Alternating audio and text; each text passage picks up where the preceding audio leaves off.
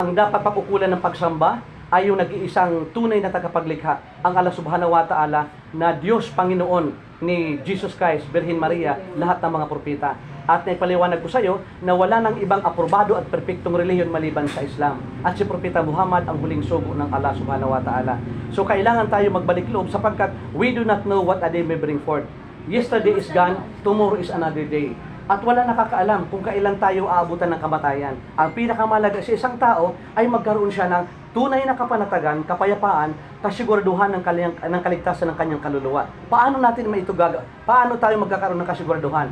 Paniwalaan natin ang sinabi ng Allah Subhanahu wa Ta'ala na ang sino man na magdeklara na walang ibang Diyos maliban sa Allah at si Propeta Muhammad ang huling sugo ng Allah, pinangakuan tayo ng Allah Subhanahu wa Ta'ala na maninirahan tayo sa paraiso, alalaw baga, ililigtas tayo sa impyerno ng apoy. Walladina amanu wa amilus salihat, ulaika ashabul jannati hum fiha khalidun. And those who believe in the oneness of Allah, Islamic monotheism, and do righteous good deeds, they are dwellers of paradise.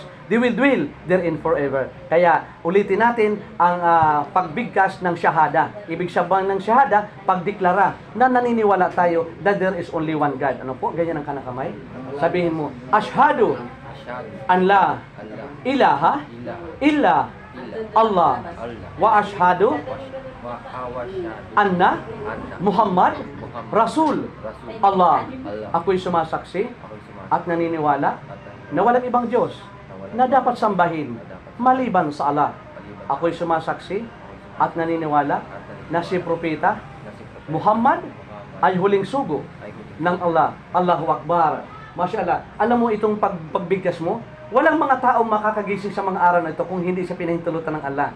Hindi mo maipipigit ang iyong mga mata o may bubuklat kung hindi tayo pinahintulutan ng Allah Subhanahu wa Ta'ala. Ang Allah Subhanahu wa Ta'ala ang nagpahintulot na tayo magising mula sa pagtulog. Marami ng mayayaman, mas mataas pa sa iyo, mas maganda ang bangko pa sa iyo. Kilala, maraming pera sa bangko, pero hindi na umabot sa mga araw na ito. Bakit? Dumating na sa kanila ang katapusan ng kanilang buhay. Itong pagkakataon na ito, tsansa na tayo ay magbalik loob at gumawa ng maraming kabutihan nang sa ganun tayo ay maging panauhin sa paraiso. Assalamualaikum. Sabihin mo, waalaikumsalam. Waalaikumsalam. Alhamdulillah. Balasang talo sa madakil. Pagpala